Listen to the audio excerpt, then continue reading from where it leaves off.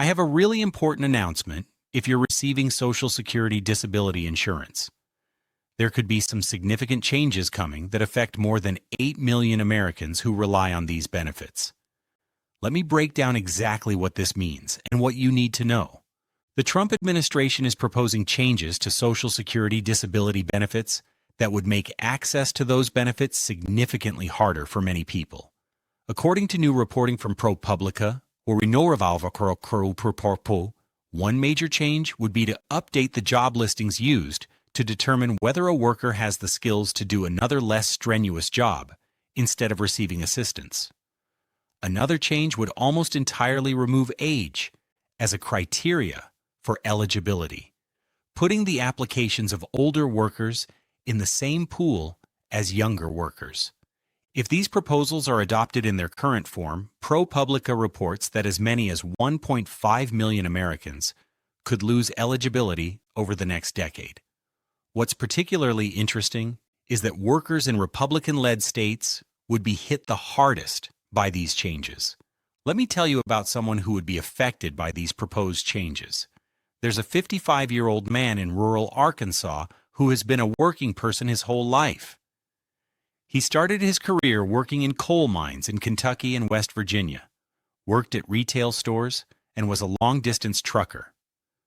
Through his work at a wastewater facility, he eventually lost his leg and is probably going to have to lose his other leg.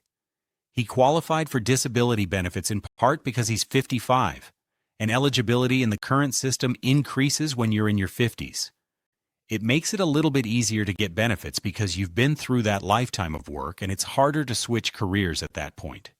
The proposed Trump rule would change that system of eligibility, increasing by age. Someone like this worker would no longer have their age taken into account. They would be treated the same in the disability evaluation as a 20-something-year-old.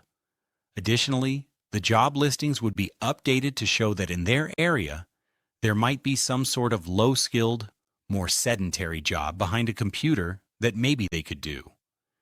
In the view of disability advocates and union leaders, this sort of pulls the rug out from working-class people who have only done a certain type of manual job their whole life, whether it's in coal mining, logging, or construction work. Those are the skills that they have, and now they're being told that actually the system is changing now that they've reached their most medically vulnerable years, and that they're going to have to learn how to do something on a computer instead of getting these disability benefits that they paid into the system for. This is actually something that originated in the first Trump term.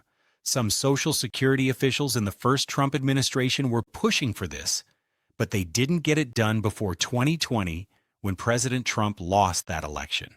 It's been brought back this year and is being pushed by officials, including the head of the Office of Management and Budget, who was one of the originators of Project 2025.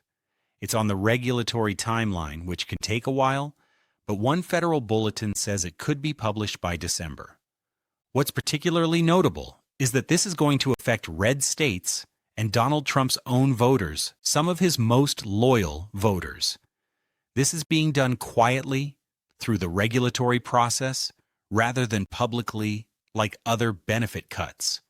We can tell it would affect these workers, especially in southern states, by looking at who relies on disability benefits by state.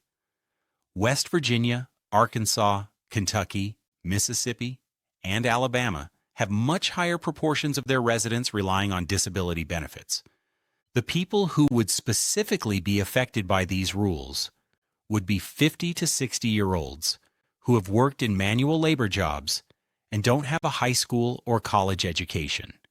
Therefore, they'd be affected by the situation of having to find a new job behind a computer or possibly driving for rideshare services.